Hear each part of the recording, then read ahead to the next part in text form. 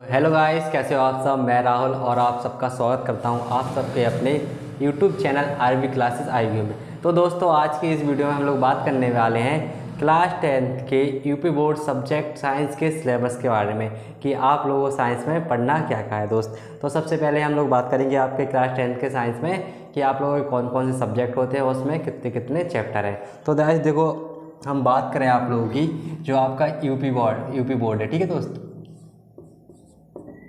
जो आपका UP board है उसका जो पैटर्न है पूरा, ठीक है दोस्त, उसका जो पैटर्न है पूरा वो एनसीईआरटी बेस्ड है, एनसीईआरटी, ठीक है। तो इस एनसीईआरटी बेस्ड से आपका पूरा सिलेबस पेपर में एग्जाम में आने वाला है। तो इसी के अकॉर्डिंग हम लोग बात करने वाले हैं कि आप लोगों के जो सब्जेक्ट है उसमें कितने कितने आपके जो चैप्टर रहते हैं। तो हम लोग बात करने वाले हैं साइंस की, इसमें साइंस के कितने कितने सब्जेक्ट हैं और उसमें कितने चैप्टर होंगे दोस्त। तो सबसे पहले यदि हम बात करें तो जो आपकी साइंस है, ठीक है, तो हम इसे 3 पार्ट में तोड़ लेते हैं। जो आपकी साइंस है, पहला जो होता है वो फिजिक्स, ठीक है दोस्त, फिजिक्स है आपका, ठीक है। उसके बाद जो आपका रहता है केमिस्ट्री रहता है। फिर तीसरा जो हमारे पास मिलता है वो रहता है आपके पास बायोलॉजी।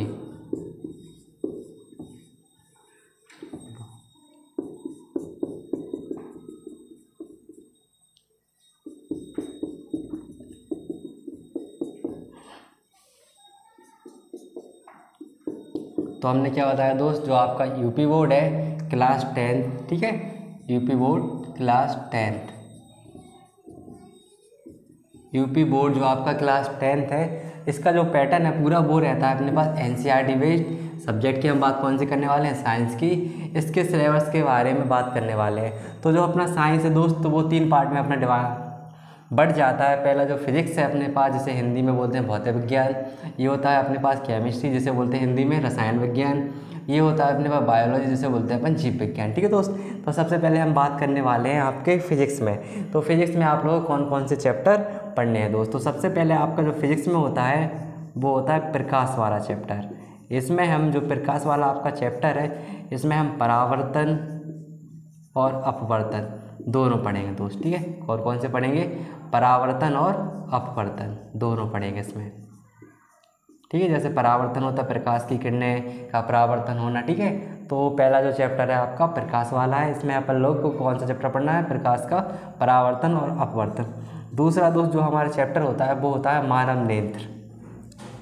दूसरा कौन सा चैप्टर है दोस्त, अपने पास है मानव नेत्र। इसमें हम क्या करेंगे, इसमें हम जो है ह्यूमन बॉडी की पूरी आँख के बारे में, इसमें जो दोस्त क्या करेंगे, जो हमारा जो मानव नेत्र वाला चैप्टर है, इसमें हम लोग ह्यूमन बॉडी के जो हमारी आँख होती है उसके पूरे पार्ट्स के बारे में पढ़ने वाले हैं। जैसे अपनी आँख में कौन कौन से पार्ट्स होते हैं और जो अपनी आँख है उसमें कौन कौन से दोष होते हैं, तो उसके बारे में हम लोग इस चैप्टर में पढ़ने वाले हैं कि मानव नेत्र में होता क्या क्या है, ठीक है दोस्त। फिर सबसे इसमें जो तीसरा चैप्टर होता है वो होता है विद्युत। ये सबसे बड़ा चैप्टर है दोस्त आपका, विद्युत वाला, ठीक है, विद्युत है, ठीक है। इसमें सबसे ज़्यादा बड़ा मतलब है, ज़्यादा कठिन नहीं है। यदि आप इसे पढ़ोगे तो 3 से 4 दिन में पूरा कंप्लीट करोगे।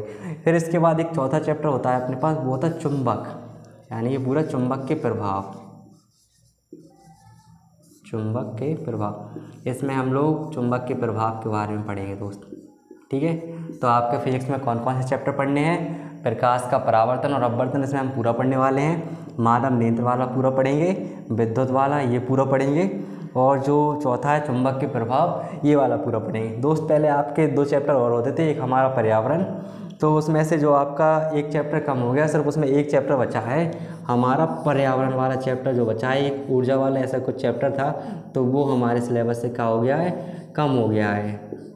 तो ये उन्हीं चैप्टर के नाम दो जो आपको इस साल 2023 में पढ़ने हैं दोस्त, ठीक है। तो सबसे अब हम लोग बात करें केमिस्ट्री के बारे में। तो केमिस्ट्री में कौन कौन से सब्जेक्ट होते हैं, सबसे पहले देखो हमने तुम्हें बता दिया कि फिजिक्स में हमें कौन कौन से चैप्टर पढ़ने हैं, प्रकाश का परावर्तन और अपवर्तन, मानव नेत्र वाला, विद्युत वाला, चुंबक के प्रभाव और हमारा पर्यावरण, ठीक है। अब हम बात करने वाले हैं केमिस्ट्री में, ठीक है। तो केमिस्ट्री में कौन सा चैप्टर पढ़ेंगे हम लोग, केमिस्ट्री में पढ़ने वाले हैं कौन सा चैप्टर, एक है अपने पास होता है पहला चैप्टर रासायनिक अभिक्रियाएँ। कौन सा दोस्त चैप्टर? रासायनिक अभिक्रिया। इसमें हम जितनी भी हमारी अभिक्रियाएं होती हैं, संयोजन, वियोजन, विस्थापन अभिक्रिया, ऊष्माक्षेपी, ऊष्माशोषी, जितनी भी रासायनिक अभिक्रियाएं इस वाले चैप्टर में आप लोगों को पढ़नी है दोस्त। फिर दूसरा जो चैप्टर होता है अपने पास वो होता है अम्ल वाला। इसमें मिलेगा, हमें पढ़ना पड़ेगा अम्ल के बारे में, क्षार के बारे में और लवण। ठीक है, इन्हें 3 चीज़ों के बारे में हमें इसमें पढ़ना है। ये वाला जो चैप्टर है अम्ल, क्षार और लवण, ठीक है, इन चैप्टर के बारे में हम लोगों को पढ़ना है। ठीक है दोस्त। तीसरा जो चैप्टर होता है अपने पास वो होता है धातु और अधातु। कौन सा चैप्टर है? धातु और अधातु।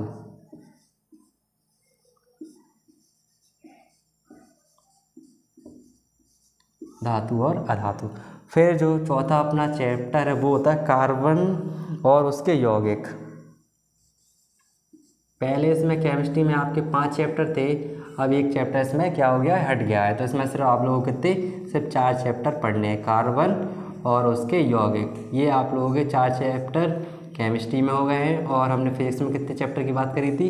4 चैप्टर हम लोगों ने फिजिक्स में बताया कि 4 चैप्टर में से ये वाले पढ़ने हैं, प्रकाश वाला, मानव नेत्र, विद्युत चुंबकीय प्रभाव, हमारा पर्यावरण। ये थोड़ा अलग से है लेकिन हमने इसी में ऐड कर दिया ऐसे। फिर हमारे पास एक केमिस्ट्री बचता है, तो केमिस्ट्री में आप लोगों को सिर्फ 4 चैप्टर पढ़ने हैं, रासायनिक अभिक्रियाएं, अम्ल, क्षार, लवण, धातु और अधातु, कार्बन और उसके यौगिक। ये हमें 4 चैप्टर इसके पढ़ने हैं। अब हमारे पास दोस्त बात करें हम बायोलॉजी की, तो बायोलॉजी में हम लोगों को कौन कौन से चैप्टर पढ़ने हैं दोस्त? तो बायोलॉजी में सबसे पहला जो चैप्टर होता है जैव प्रक्रम। ठीक है दोस्त, जैव प्रक्रम। ठीक है, तो इसके बारे में हम लोगों को पढ़ना है जैव प्रक्रम। ठीक है, इसमें अपने ब्रेन के बारे में पढ़ेंगे थोड़ा सा, और अपना पाचन तंत्र कैसे वो काम करता है पूरा इसी में आने वाला है। फिर इसके बाद होता है एक नियंत्रण और समन्वय।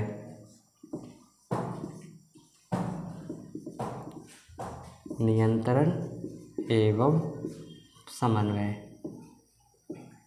ये वाला चैप्टर दोस्त। ठीक है, तीसरा जो चैप्टर है अपने पास वो होता है जीव जनन कैसे करते हैं।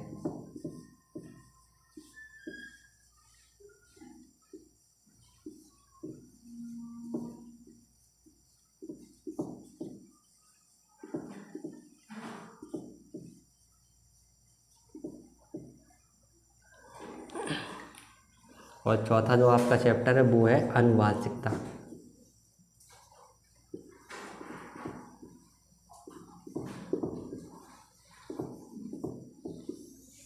तो गाइस ये आपका जो पूरा सिलेबस है फिजिक्स का, केमिस्ट्री का, बायोलॉजी का। एक बार दोस्त मैं आप लोगों को और बता देना चाहता हूँ इस सिलेबस के बारे में। सबसे पहले हम लोग बात करें साइंस, तो साइंस जो आपका है 3 पैटर्न में डिवाइड होता है, फिजिक्स, केमिस्ट्री और बायोलॉजी में। ठीक है, तो सबसे पहले फिजिक्स में आप लोग कौन कौन से चैप्टर पढ़ने हैं? फिजिक्स में आपका जो सबसे पहला है प्रकाश का परावर्तन और अपवर्तन पढ़ना है आपको। दूसरा जो मानव नेत्र के बारे में पढ़ना है। तीसरा है विद्युत के बारे में पढ़ना है। चौथा जो चुंबक के प्रभाव, और 5वां है हमारा पर्यावरण के बारे में आप लोगों को पढ़ना है। फिर इसके बाद हमारा केमिस्ट्री है, तो केमिस्ट्री में हम लोग पढ़ेंगे रासायनिक अभिक्रियाएं, अम्ल, क्षार और लवण के बारे में, धातु और अधातु के बारे में। फिर जो है कार्बन और उसके यौगिक के बारे में हम लोग पढ़ेंगे। ठीक है दोस्त, तो जो फिर तीसरा सब्जेक्ट हमारा कौन बचता है? बायोलॉजी बचता है। तो बायोलॉजी में सबसे पहला अपने पास जैव प्रक्रम, उसके बाद नियंत्रण एवं समन्वय, फिर जीव जनन कैसे करते हैं, यानी कि जो बच्चे हैं वो कैसे पैदा होते हैं उसके बारे में हम लोग पढ़ने वाले हैं। फिर है चौथा अनुवांशिकता। अनुवांशिकता में हम लोग पढ़ेंगे मटर के पौधे की खोज कैसे हुई थी, या इसके जो बीज हैं वो उसके बारे में हम लोग पढ़ने वाले हैं। तो दोस्तों ये क्लास 10th का जो आपका सिलेबस है दोस्त, तो ये जो आपका जितना भी सिलेबस है मैं आप लोगों को 3 महीने में पूरा कंप्लीट करवा के दे दूंगा। ठीक है दोस्त, तो 3 महीने में आपकी जो साइंस है पूरी कंप्लीट हो जाएगी है, और 3 महीने में आप लोगों को तीनों सब्जेक्ट की जो है वीडियो कंटिन्यू लगातार मिलती रहेंगी ऑब्जेक्टिव के साथ दोस्त। और इसी के साथ हम चलते हैं दोस्त। तो आज की इस वीडियो में सिर्फ इतना ही, मिलते हैं नेक्स्ट वीडियो में। तब तक के लिए बाय बाय, जय हिंद, जय भारत।